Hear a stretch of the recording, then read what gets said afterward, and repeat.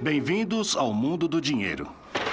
Bufunfa, grana, tutu, cascalho, verdinha, din-din, barão, tostão, trocado. Chame do que quiser. O dinheiro pode nos derrubar ou pode nos erguer. No passado, certamente derrubou muitos dos maiores nomes de Wall Street e da cidade de Londres. E enquanto os antigos mestres do universo entravam em colapso, o resto de nós se preocupava se nossas economias estariam mais seguras num colchão do que no banco. A grande crise financeira que começou no verão de 2007 deixou a maioria de nós totalmente perplexos. Como era possível que um pouco de dificuldade local com hipotecas subprime nos Estados Unidos desencadeassem um tsunami econômico grande o suficiente para acabar com alguns dos nomes mais ilustres de Wall Street, para forçar a nacionalização de bancos em ambos os lados do Atlântico e trazer toda a economia mundial à beira da recessão, se não uma depressão? Esta série não deveria se chamar A Decadência do Dinheiro? Bem, eu quero explicar para vocês como o dinheiro cresceu para desempenhar um papel tão dominante em todas as nossas vidas. Além do mais, eu quero revelar a história financeira como a história essencial por trás de toda a história. Bancos financiaram o renascimento, enquanto o mercado de títulos decidiu guerras.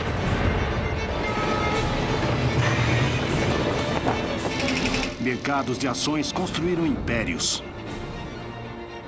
E colapsos monetários causaram revoluções. Da antiga Mesopotâmia até a Londres dos dias atuais, a ascensão do dinheiro tem sido uma parte indispensável da ascensão do homem. Mas a ascensão do dinheiro nunca foi um passeio tranquilo ao topo. Como vamos ver, a história financeira tem sido repetidamente interrompida por crises angustiantes. A de hoje é só a mais recente. Dos preços flutuantes das casas que temos até a industrialização veloz da China, o poder das finanças está em todo lugar e afeta todas as nossas vidas.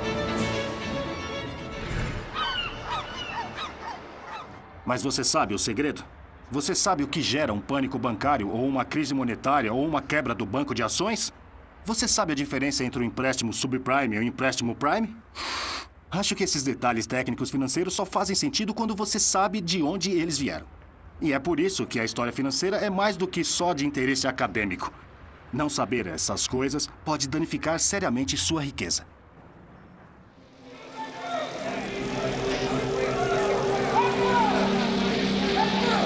A ascensão do dinheiro. Sonhos de avareza.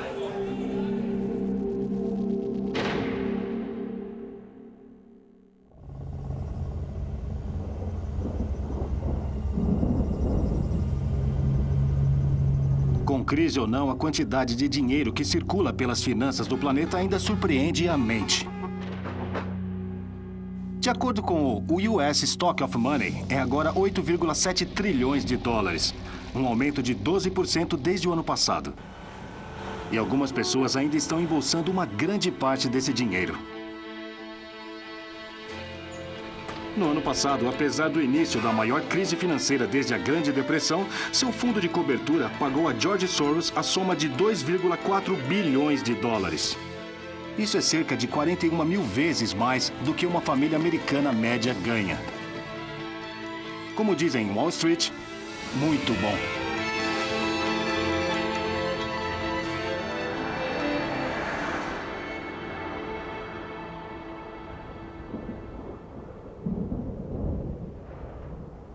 Agora, contudo, imagine um mundo sem dinheiro.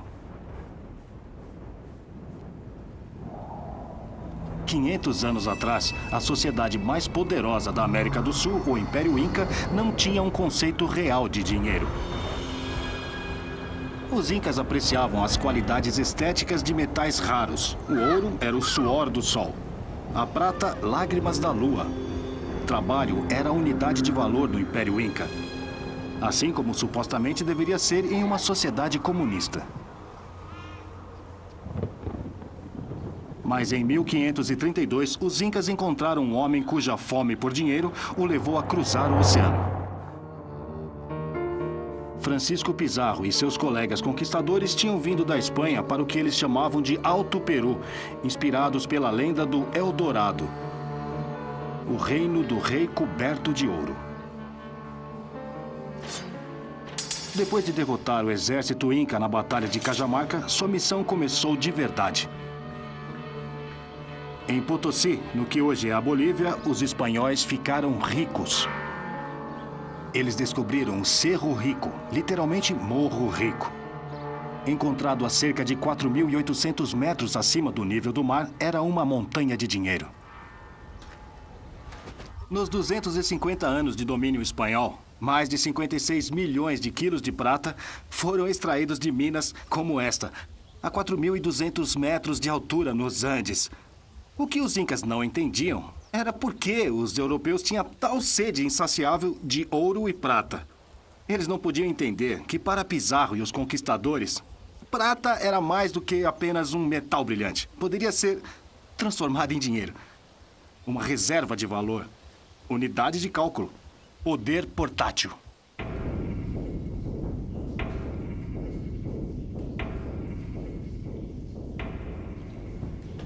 Devo dizer que acho esse lugar muito angustiante. Os espanhóis tinham um sistema de trabalho forçado, o que significava que todos os homens sadios da população nativa tinham que trabalhar nessas minas. E podem ver por que 1 a cada 8 não sobreviveu à provação.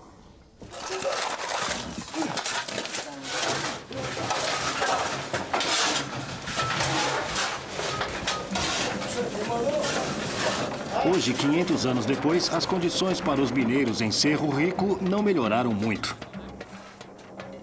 Mas pelo menos são pagos pelo trabalho que fazem. Naquela época, era uma maneira de fazer dinheiro, que beirava o genocídio.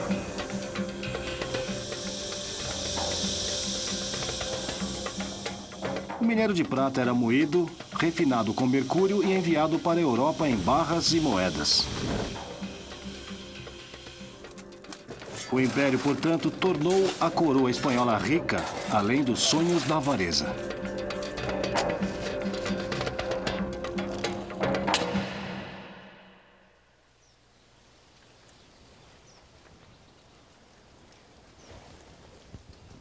Mas toda a prata das minas de Potosí não poderiam deter o declínio econômico e político inexorável do Império Espanhol.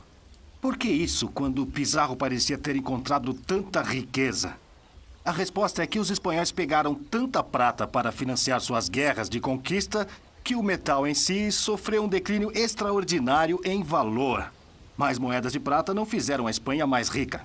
Elas simplesmente elevaram os preços, pois um aumento da quantidade de dinheiro requer a mesma quantidade de produtos. O que os espanhóis não entenderam foi que o dinheiro só vale o que os outros darão em troca por ele.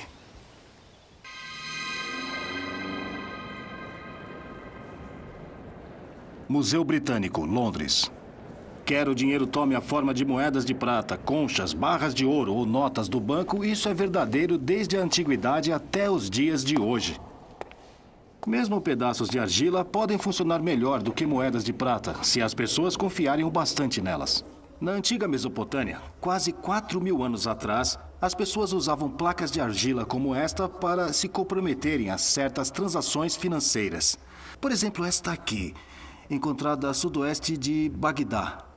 Especifica que um devedor pagará a um credor 330 medidas de grãos no dia da colheita. Mas esta é ainda mais fascinante, porque ela diz que uma dívida de 4 medidas de cevada deve ser paga ao portador de uma placa de argila. E essa é a ideia de pagamento ao portador que realmente mais me fascina. Se a frase soa familiar, é porque deveria. Veja uma nota de 20 libras. Prometo pagar ao portador a soma de 20 libras. Notas de banco não têm quase nenhum valor intrínseco. Elas são simples promessas de pagamento, assim como as placas de argila da antiga Babilônia, 4 milênios atrás. Na parte de trás da nota de 10 dólares diz: "Em Deus nós confiamos." Mas não é realmente em Deus que você está confiando. Ao trocar os seus bens ou o seu trabalho por um punhado dessas coisas, você está confiando que o secretário do Tesouro americano não repetirá o erro da Espanha e produzirá demais essas coisas malditas que, quando você for gastá-las, elas valem menos do que o papel em que estão impressas.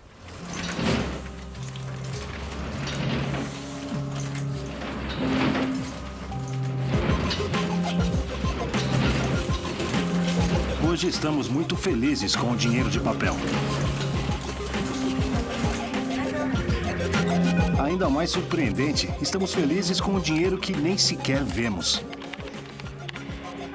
Milhões de dólares passam pelas mãos dessa mulher todos os dias. Ou melhor, na tela do seu computador. Ela é uma negociante de câmbio, cujo negócio é literalmente comprar e vender dinheiro. A cada dia, cerca de 3 trilhões de dólares mudam de mãos em transações como essas em todo o mundo. É tudo baseado na confiança. Precisa ser, quando você nem consegue tocar na coisa. Foi isso que os conquistadores não entenderam. Eles não viram que dinheiro é sobre confiança, até mesmo fé. Confiar na pessoa que está pagando o dinheiro. Confiar no banco central que está emitindo o dinheiro. Confiar no banco comercial que paga o cheque. Dinheiro não é metal, é confiança inscrita. E não importa muito no que ela está inscrita. Papel, prata, argila ou em uma tela. Contanto que o destinatário acredite nela.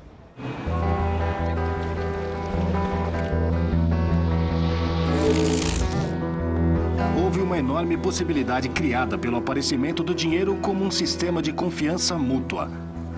A possibilidade que iria revolucionar a história do mundo. Foi a ideia de que você pode confiar nas pessoas e emprestar dinheiro a elas, e que elas vão pagá-lo de volta em alguma data futura. E por isso que a raiz do crédito é credo, latim para eu acredito. Sem a invenção do crédito, toda a história econômica do nosso mundo teria sido impossível.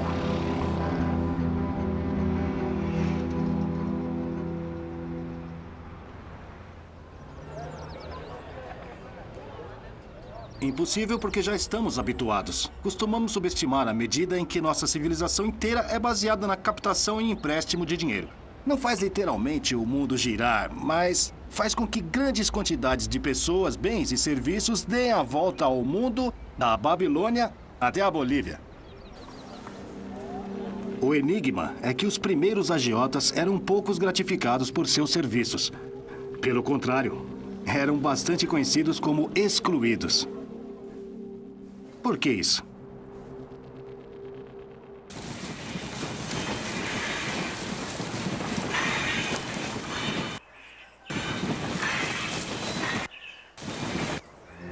Bem-vindos ao norte da Itália, no ano de 1200 depois de Cristo.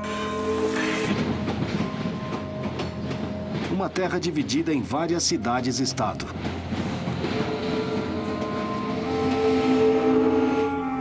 Uma terra onde a confiança tinha pouquíssima oferta. Entre os muitos vestígios do extinto Império Romano, havia um sistema numérico extremamente inadequado para o círculo matemático complexo, ainda mais para as necessidades do comércio. Em nenhum lugar isso foi desvantagem maior do que em Pisa, onde os comerciantes lutavam para fazer negócios com 7 formas diferentes de moedas em circulação. Mesmo uma simples transação poderia ser uma dor de cabeça exigindo o uso de um ábaco. Em comparação, a vida econômica no mundo oriental, no califado muçulmano ou no Império Chinês da dinastia Sung era muito mais avançada. Para descobrir as finanças modernas, a atrasada Europa precisou importá-la. Houve um jovem matemático chamado Leonardo de Pisa, ou Fibonacci, filho de um funcionário da alfândega de Pisa. Fibonacci é mais lembrado hoje por sua sequência de números que simula as propriedades da natureza. Mas a mais famosa sequência foi só uma de muitas ideias matemáticas orientais que Fibonacci introduziu na Europa como seu livro pioneiro, o Liber Abaci, o livro de cálculos. Ainda mais importante foi sua demonstração da superioridade dos números arábicos sobre os números romanos. E, crucialmente, quase todos os exemplos de Fibonacci são relacionados a negócios.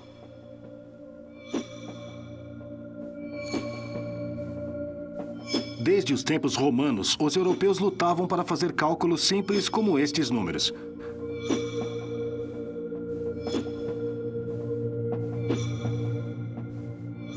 O hindu ou algarismos arábicos deixaram todos os tipos de cálculos mais fáceis.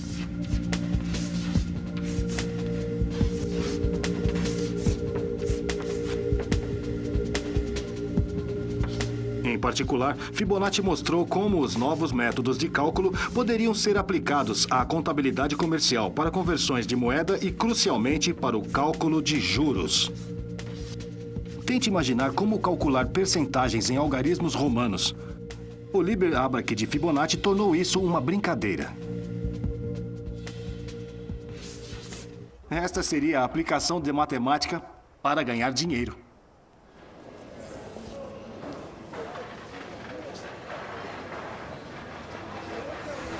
O solo mais fértil para tais sementes financeiras foram as cidades-estado italianas. Pisa, a cidade natal de Fibonacci, era uma. Mas foi acima de tudo Veneza, mais exposta do que todas as outras a influências orientais, que se tornou o grande laboratório de empréstimo de dinheiro.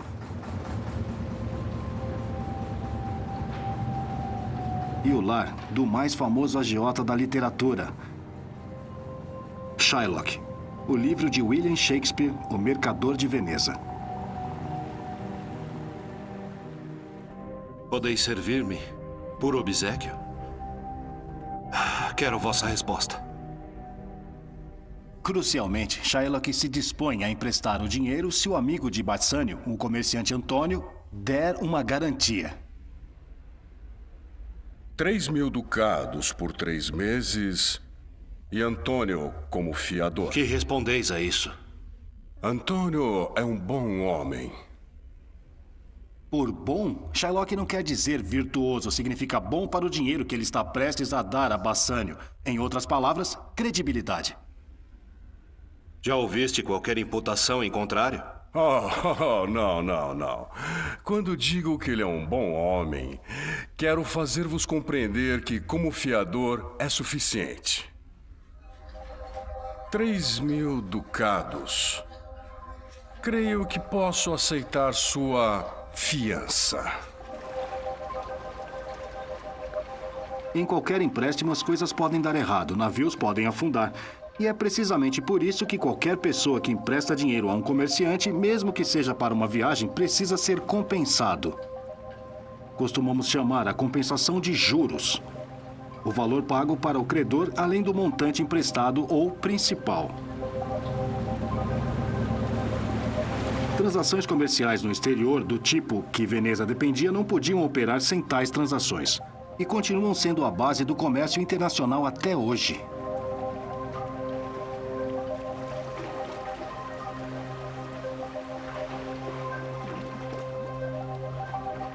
Mas por que Shylock se tornou tamanho vilão, exigindo literalmente meio quilo de carne de fato à morte de Antônio se ele não cumprisse com suas obrigações?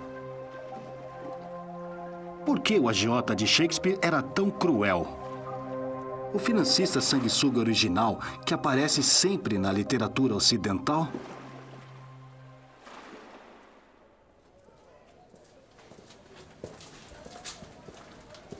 Uma pista é que Shylock é um dos muitos agiotas judeus na história. Os judeus que ficavam em Veneza por mais de 2 semanas deveriam usar um O amarelo nas costas ou um chapéu amarelo. E ficavam confinados em uma área especial que se tornou conhecida como Gueto Novo. Esta é a entrada do gueto judeu em Veneza, onde os judeus eram obrigados a viver e, na verdade, confinados à noite. Judeus eram tolerados em Veneza, mas por uma razão. A chave era que os judeus podiam fornecer um serviço que mercadores cristãos foram proibidos de prover. Eles podiam cobrar juros por seus empréstimos. Fibonacci pode ter descoberto a matemática do empréstimo, mas Shylock fez de fato o negócio. Este é o lugar onde os judeus de Veneza costumavam fazer negócios. Este lugar era o antigo Banco Rosso. E era aqui que costumavam se sentar atrás de suas mesas, suas tavule, em seus bancos, seus banchi, a raiz da palavra em italiano para bancos. Havia uma boa razão para os comerciantes virem ao gueto judeu pedir dinheiro emprestado. Para os cristãos, o que os judeus estavam fazendo, emprestando dinheiro a juros, era um pecado.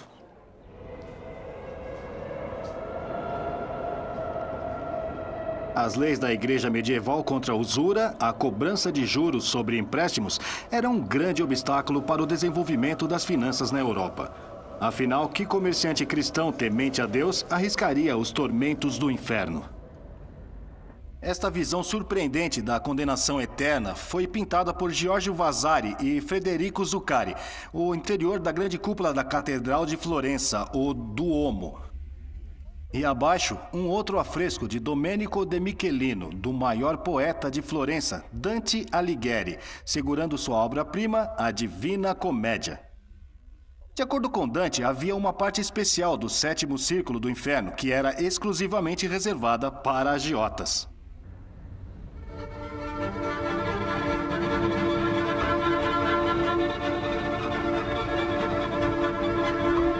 Lá, os agiotas eram eternamente torturados com a terra seca e neve congelante. Seus pescoços abaixados por bolsas enormes. Judeus também não poderiam emprestar a juros. Mas havia uma cláusula conveniente no livro do Antigo Testamento de Deuteronômio, capítulo 23. Não deve emprestar ao seu irmão com juros, mas a um estranho, bem, é uma questão diferente. Em outras palavras, um judeu não poderia emprestar a um judeu, mas poderia emprestar a um cristão. O preço pago pelos judeus para realizar esse serviço foi a exclusão social. Portanto, o gueto. E, portanto, a associação de séculos entre judeus e finanças. Uma das poucas formas de atividade econômica da qual os judeus não eram excluídos. No final, é claro, Shylock é impedido, pois, embora o tribunal reconheça seu direito a meio quilo de carne, a lei também o proíbe de derramar o sangue de Antônio. E por ele ser judeu, a lei também exige a perda de seus bens e vida por chegar a planejar a morte de um cristão. Ele só escapa por se submeter ao batismo. Acontece que é um negócio arriscado ser um agiota. O mercador de Veneza levanta questões profundas sobre a economia e antissemitismo. Por que os devedores não honram sempre suas dívidas, especialmente quando os credores pertencem a minorias étnicas impopulares? Por que os Shylocks não perdem?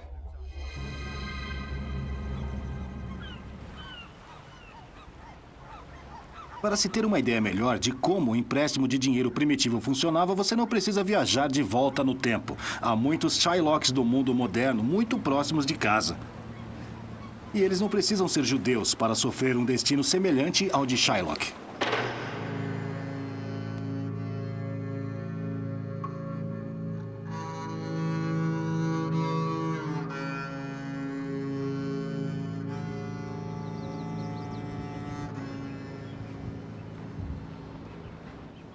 Esta é Shatterstone, a leste de Glasgow. Na verdade, é onde minha avó morava. E acho que com suas distintas armações de aço, é um dos lugares mais sombrios de toda a Europa Ocidental. Na verdade, a expectativa de vida média masculina aqui é 64 anos. É um pouco pior do que Bangladesh. Isso significa que o habitante médio não vive tempo suficiente para receber sua aposentadoria. Você pode pensar que ninguém seria louco o suficiente para prestar serviços financeiros aqui. Mas alguém faz.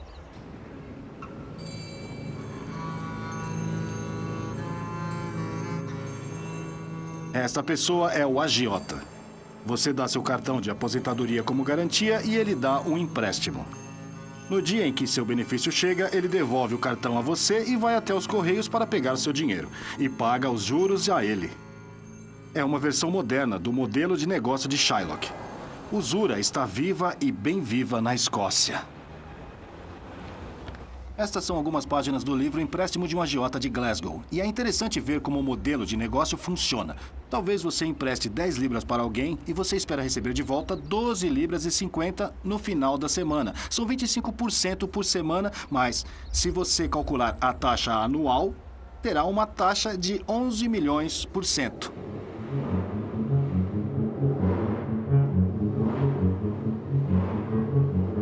Então por que pessoas que mal vivem com apenas 5 libras e 90 por dia pagam juros tão altos sobre os empréstimos?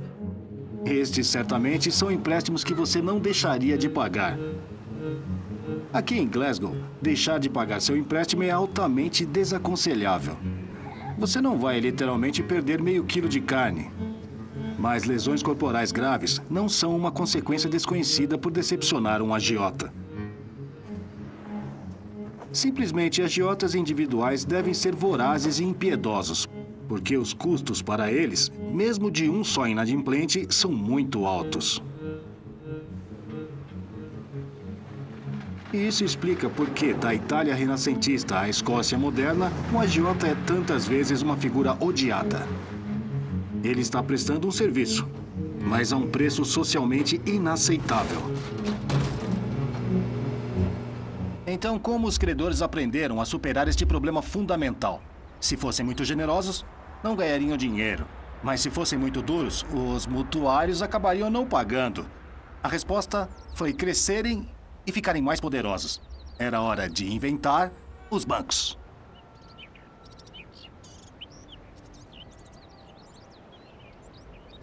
Na Itália do século XV, o serviço financeiro essencial de fornecimento de crédito saiu do gueto para se tornar um privilégio legítimo dos bancos. Esta transição foi simbolizada pela ascensão de uma família, os Médici. Com sua ascensão, o crédito ficou respeitável. Empréstimo de dinheiro deixou de ser vergonhoso. Se tornou glorioso e fundou um novo tipo de poder. O legado impressionante de poder da família Médici ainda está em Florença nos dias de hoje. No período de 400 anos, 2 Médici se tornaram rainhas da França, 3 se tornaram papa. Apropriadamente, foi Maquiavel, o supremo teórico do poder, quem escreveu sua história. Talvez nenhuma outra família tenha deixado tal marca em uma era como a que Médici deixou na Renascença. Podem até dizer que eles pagaram pela Renascença. Patrocinaram uma gama de gênios de Michelangelo a Galileu.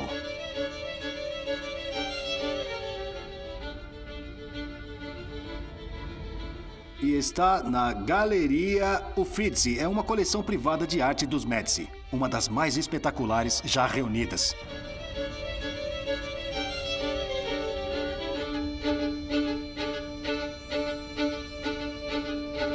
O que os milhões de turistas que se reúnem aqui geralmente esquecem de perguntar é como os Médici pagaram por tudo isso. A resposta simples é que eles eram negociantes de câmbio, membros da arte de câmbio, a corporação dos negociantes de câmbio que ganharam muito. Eles eram conhecidos como banchieri ou tavolieri, porque, como os judeus de Veneza, literalmente faziam negócios sentados em bancos atrás de mesas. Na verdade, o Banco Médici original, ou banco, era localizado aqui na Via dell'Arte della Lana, Rua da Corporação de Lãs.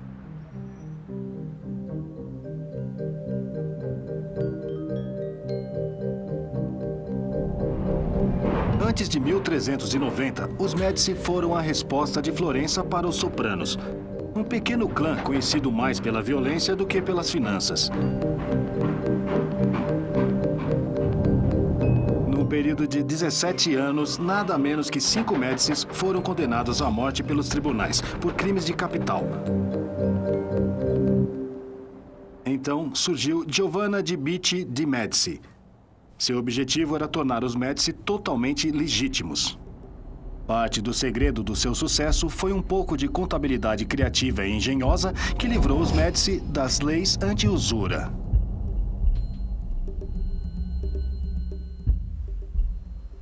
Estes livros do Banco Médici deixaram claro o quão importante foram as faturas comerciais para financiar o comércio exterior. É verdade, a igreja proibiu a cobrança de juros sobre os empréstimos. Mas não havia nada para impedir que um comerciante esperto ganhasse dinheiro em operações como essas, que envolviam várias moedas. Não havia juros, portanto, não havia pecado. Apenas uma comissão deduzida na conversão de uma moeda para outra.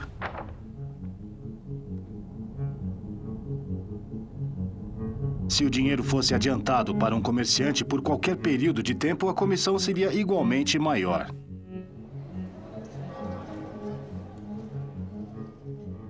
Da mesma forma, os depositantes que colocassem seu dinheiro no Banco Médici receberiam discretione para compensá-los por arriscar seu dinheiro. Este foi o crédito. Essas outras palavras, mas com o pagamento de juros discretamente escondido. Agora, pela primeira vez, a agiotagem havia evoluído para crédito.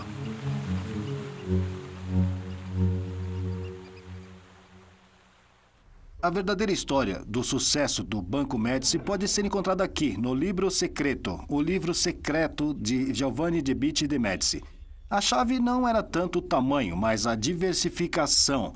Bancos italianos mais antigos eram monolíticos e muito vulneráveis à inadimplência de um único devedor ruim. Mas o Banco Médici era composto de múltiplas parcerias interligadas, cada uma, de algum modo, independente do resto. Foi essa descentralização a chave para os seus lucros surpreendentes. Sob a orientação de Giovanni, a rede bancária Médici se estendeu por Florença, Veneza e Roma.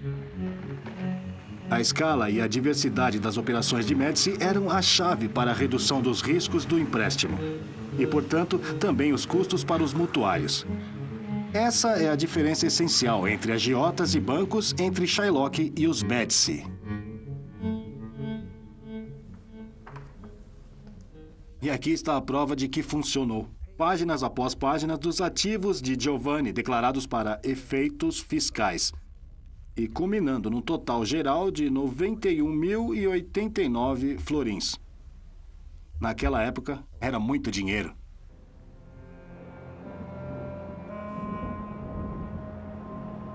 Quando Giovanni morreu em 1429, suas últimas palavras foram uma ameaça a seus herdeiros para manter seus padrões de perspicácia financeira.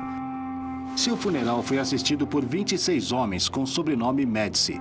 Todos prestando homenagens ao homem que tinha feito o negócio bancário respeitável e rentável como nunca havia sido antes. Para seu filho Cosimo, o acúmulo de riqueza combinava perfeitamente com o acúmulo de poder. 20 anos após a morte de seu pai, Cosimo de Médici era o estado de Florença.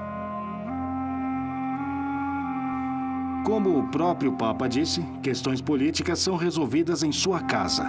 O homem que ele escolhe controla o governo. É ele que decide paz e guerra e controla as leis. Ele é o rei, em tudo menos no nome. Este quadro de Botticelli é famoso pela beleza do jovem retratado, mas seu propósito real era ser um tributo a um banqueiro morto, Cosimo de Médici. Está no medalhão e é possível ler a inscrição Pater Patriae, o pai de seu país.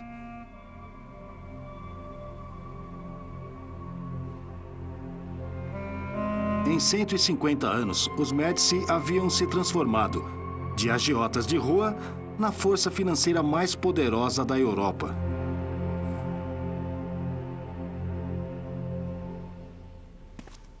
Mas é essa pintura, a Adoração dos Magos de Botticelli, que mais do que qualquer outra capta a transformação das finanças que os Médici haviam feito.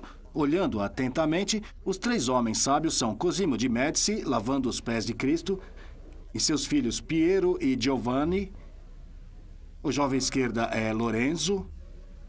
A pintura havia sido encomendada pelo chefe da Associação dos Banqueiros como um tributo à família. Talvez devesse ter sido chamada Adoração dos Médici. Tendo sido antes condenados, os banqueiros estavam agora próximos da divindade. Nada poderia ilustrar melhor a ascensão extraordinária do dinheiro. Pois o que os Médici conseguiram era nada menos que o nascimento dos bancos modernos. Outros haviam tentado antes, mas os Médici foram os primeiros banqueiros a terem grande participação política. E fizeram isso por aprender uma lição fundamental. Em finanças, Pequeno raramente é bom. Ao deixar seu banco maior e mais diversificado, os Médici tinham encontrado um jeito de espalhar seus riscos. E concentrando-se em troca de moeda em vez de apenas empréstimos, reduziram sua exposição à inadimplência dos mutuários. Para Cosimo e sua família, era um belíssimo modelo de negócios. Mas nem mesmo os Médici eram invulneráveis. O banco sofreu grandes perdas como resultado de muitos empréstimos generosos a mutuários de sangue azul, que não sentiam nenhum remorso em não honrar com seus pagamentos e dizer aos banqueiros para não perturbarem. Dívidas grandes, dinheiro devido por mutuários que faliram, são os problemas comuns que qualquer banco enfrenta. Mas por um tempo, parecia que os banqueiros modernos tinham resolvido esse problema tão antigo. Eles realmente pensaram que eram mais espertos que os Médici.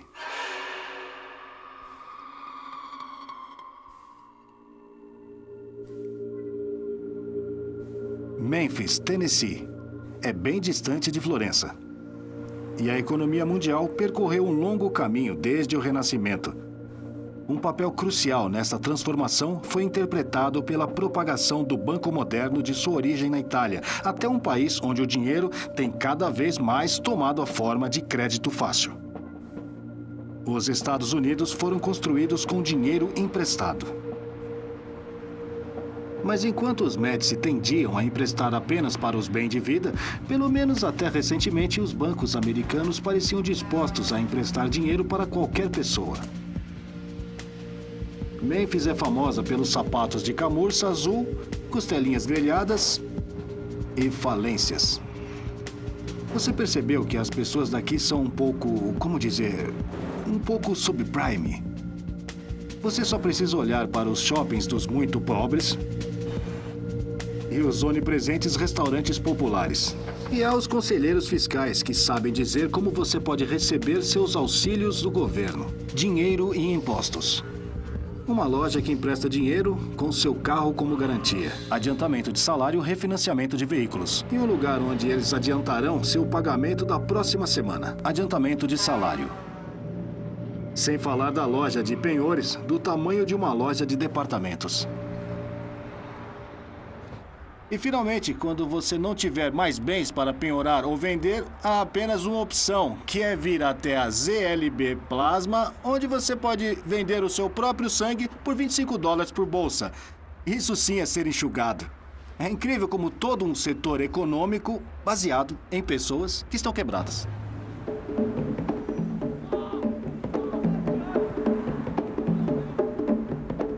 De certa forma, me lembra um pouco o leste de Glasgow. Mas há uma grande diferença entre este mundo e o mundo onde agiotas exigem meio quilo de carne de pessoas inadimplentes. Aqui na América Subprime, não pagar suas dívidas é fácil. Bem, muito fácil.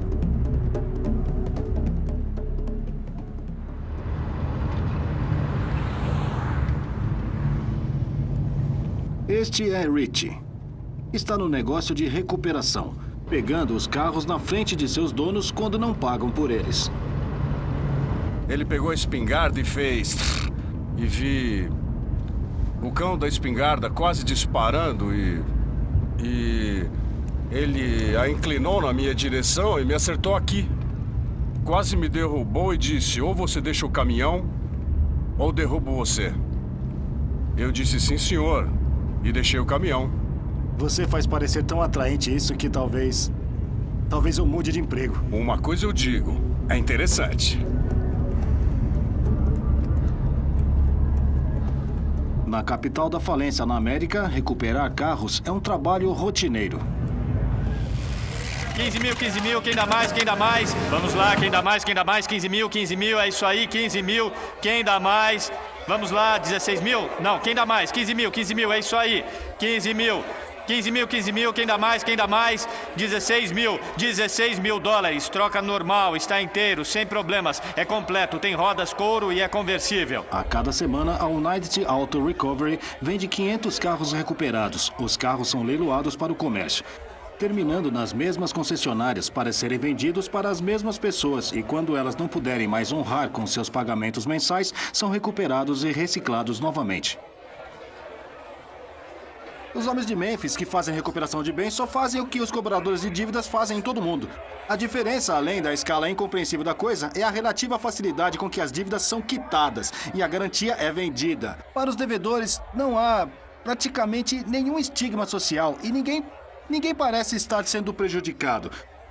O grande mistério é porque a economia de maior sucesso do mundo é baseada em uma fundação de certo fracasso econômico indolor.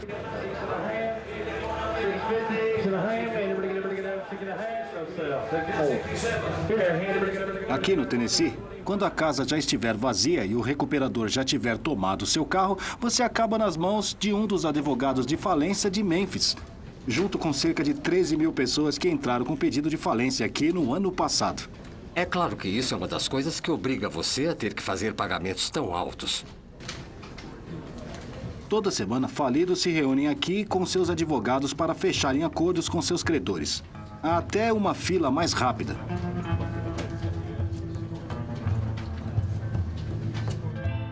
Neste caso, é uma hipoteca. É um carro, ou 2 carros. Não vejo mais nada aí que eles estejam pegando. Na verdade, são 3 carros. 3 carros? Sim, 3 carros. Isso é estranho. A loja de empréstimos do bairro tem o carro como garantia. Eles estão segurando o título. Então, em resumo, o que eles deveriam estar pagando? O que eles estão pagando agora? O pagamento foi reduzido de 241,11 para 107. Certo. Foi Portanto, aprovado. Os pagamentos mensais em mais da metade.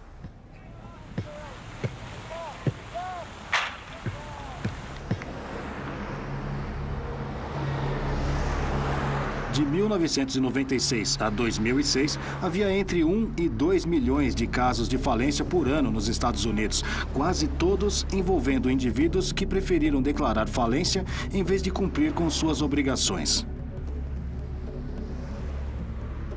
Na Itália medieval, ou na Glasgow da minha juventude, falência era vista como um desastre, mas aqui não. Na verdade, essa capacidade de escapar ileso da dívida insustentável e começar tudo de novo tem sido uma característica que define o capitalismo americano.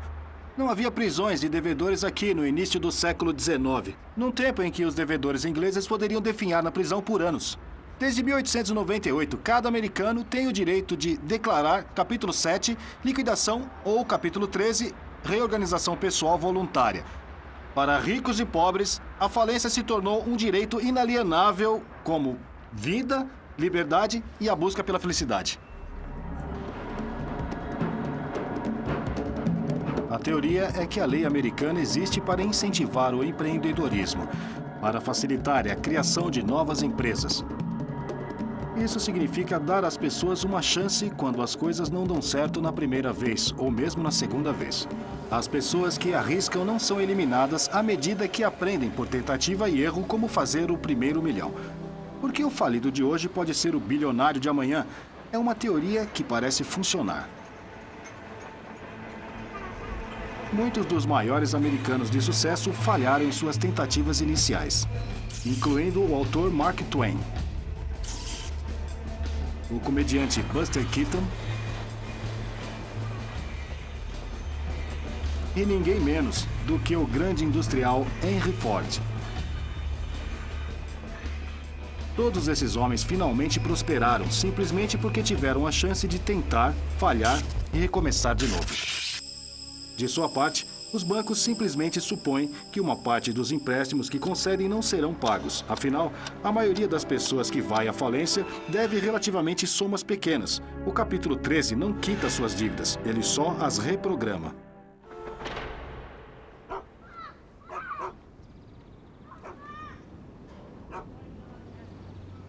Portanto, é um erro pensar como Antônio de Shakespeare fez em Agiotas como meros sanguessugas sugando o sangue de devedores infelizes.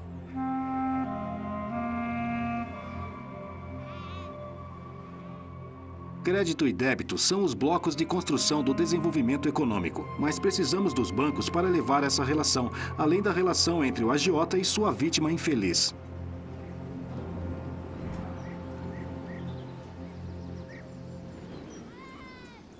Apenas quando os devedores, como os deste conjunto habitacional em Glasgow, têm acesso às redes de crédito eficientes, podem escapar das garras de Shylocks e os agiotas. Só quando os poupadores puderem colocar seu dinheiro em bancos confiáveis que ele poderá ser canalizado para começar a ser produtivo. Mas espere, eu ouço vocês dizerem, se os bancos são a resposta, como tantos entraram em colapso tão impressionante no ano passado, deixando o mundo financeiro em tumulto? Para entender por que dívidas não pagas em lugares como Memphis poderiam causar tanto caos, vocês precisam entender como a relação entre os bancos e os mutuários entrou em colapso. Como empréstimos passaram a ser segurados e vendidos a investidores desavisados.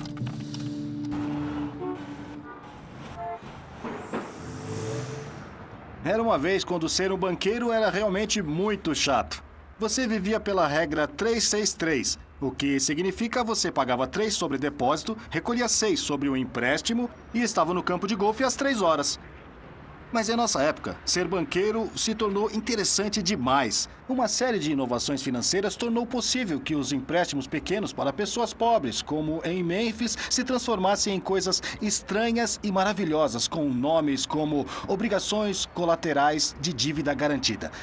Esta alquimia financeira, transformar chumbo em ouro ou resíduos tóxicos em títulos dourados, só foi possível porque a ascensão dos bancos foi seguida pela ascensão do segundo grande pilar do sistema financeiro moderno, o mercado de títulos.